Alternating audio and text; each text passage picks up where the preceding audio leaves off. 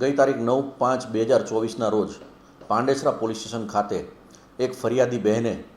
પોતાની 8 વર્ષની દીકરી તથા તેમના બિલ્ડિંગમાં રહેતા અન્ય સાહેદોની બીજી 2 7 વર્ષની અને 6 વર્ષની દીકરીઓ, કુલ ટોટલ 3 દીકરીઓને શારીરિક અડપલા કરી અને વિજય ઇંગોળે કરીને નામનો એક ઈસમ છે એ ભાગી ગયો છે એવી ફરિયાદ આપતા ગુનો બાળ અત્યાચારનો હોય અને પાંડેસરાના પોલીસ ઇન્સ્પેક્ટર શ્રી નાઓએ તાત્કાલિક આઈપીસીની વિવિધ કલમો તથા પોક્સો એક્ટ હેઠળ ગુનો નોંધી અને આરોપી મૂળ વિજય ઇંગળેનો મહારાષ્ટ્રના અકોલાનો વતની હોય તાત્કાલિક એક ટીમ મહારાષ્ટ્ર રવાના કરેલી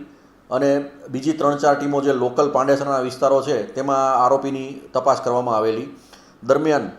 પોકો હરેશભાઈ નાઓની ચોક્કસ બાતમીના આધારે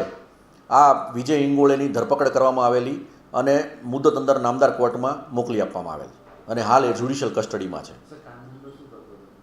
આ વિજય ઇંગોળે છે એ ઉંમર વર્ષ 50નો છે અને એ